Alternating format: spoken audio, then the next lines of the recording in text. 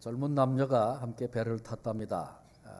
배가 뒤집히는 바람에 그만 물에 빠지게 됐고 남자는 죽었고 여자는 살았답니다. 그런데 그 이유가 재밌습니다. 남자는 돌머리여서 무거워서 빠져 죽었고 여자는 골이 비었기 때문에 물에 떠서 살 수 있었다고 합니다. 냉소적인 이야기입니다. 그러나 결국 머리가 문제라는 것이지요. 머리가 그렇게 죽게도 만들었고 머리가 그렇게 산 것을 부끄럽게도 했다는 것입니다.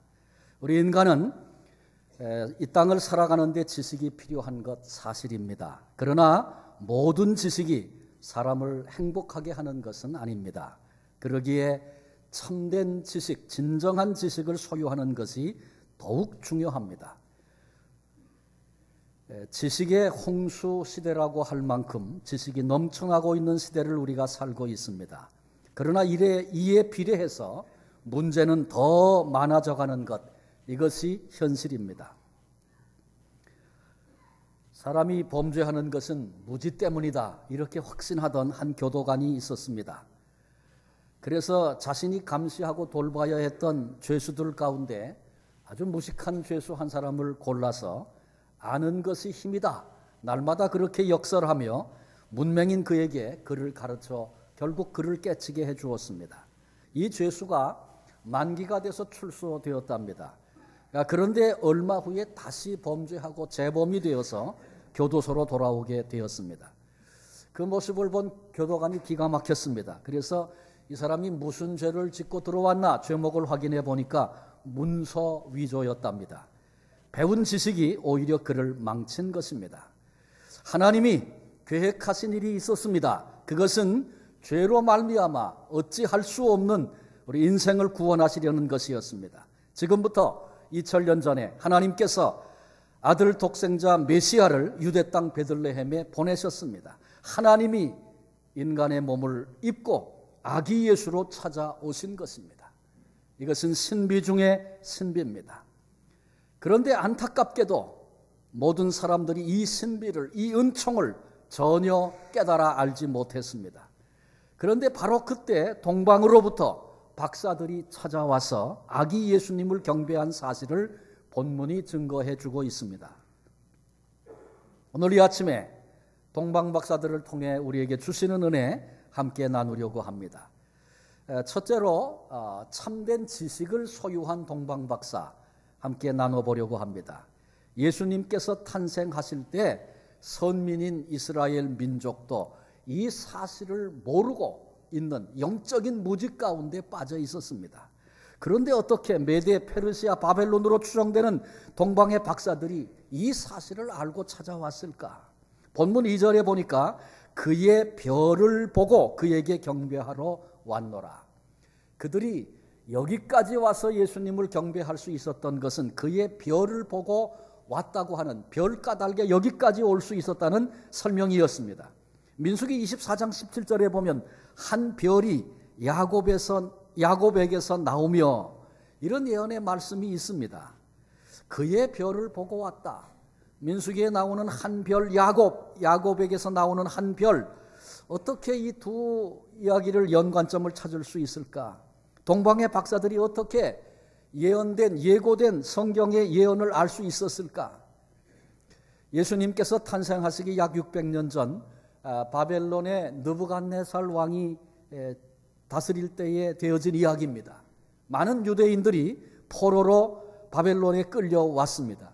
그런데 그는 그들 가운데 젊은이들, 유능한 젊은이들을 뽑아서 훈련시키고 그들을 인재로 등용했습니다.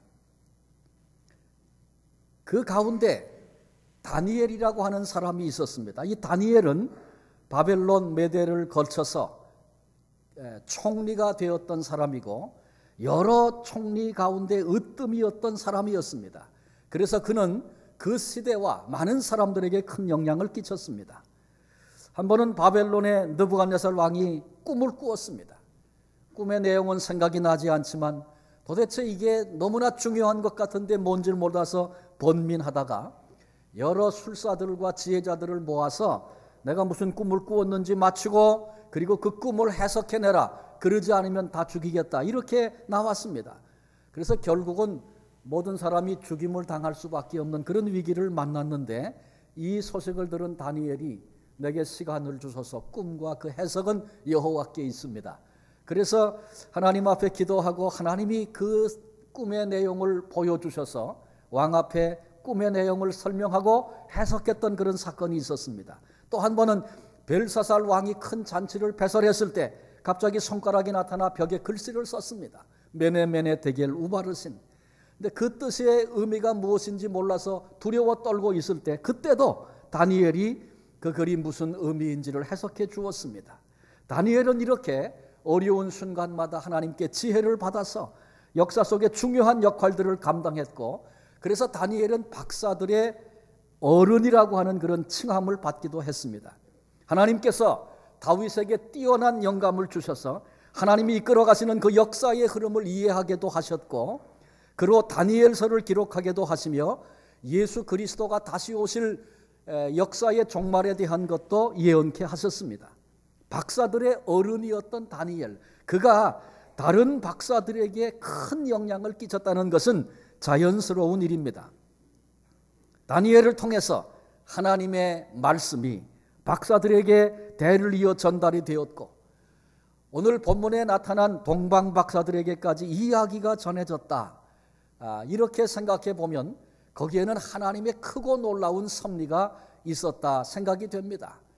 이것은 추정해 본 이야기이기 때문에 이렇다 이렇게 말할 수 없지만, 그럼에도 박사들이, 동방의 박사들이 오실 메시아에 대하여 그들이 그 지식을 갖고 있었고, 그리고 그 마음으로 이곳에까지 찾아오게 된 것은 하나님의 이 같은 특별한 경륜과 섭리가 아니면 될 수 없는 일이었습니다.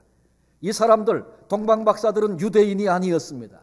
역사도 문화도 종교도 다른 사람들이었습니다. 뿐만 아니라 베들레헴과 예루살렘은 지리적으로도 아주 먼 거리에 그들이 살고 있었습니다. 그러나 그들은 하나님에 관하여, 메시아에 관하여 그들은 들었고 그리고 알았고 믿었던 사람들이었습니다. 어쩌면 이런 의미에서 이 동방에서 온 박사들은 진정한 박사들이었다, 그렇게 말해도 좋을 것입니다.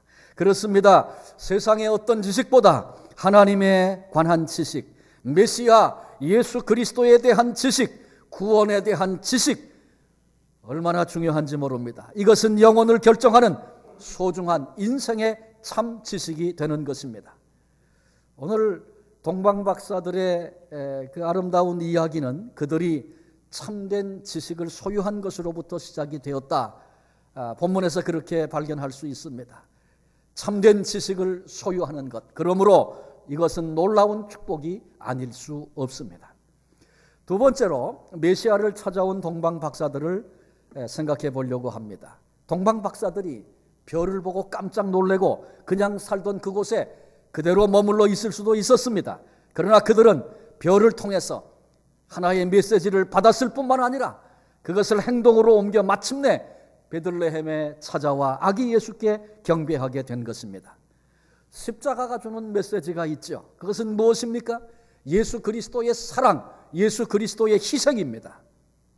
그런데 그 십자가를 배지를 만들고, 그래서 옷에다가 달기도 하고 목걸이를 만들어서 목에 걸기도 하고, 날마다 쳐다보고 바라보면서 그분의 사랑을 깨닫지 못하고 그분을 사랑하지 못한다면 이 같은 비극이 어디 있겠습니까?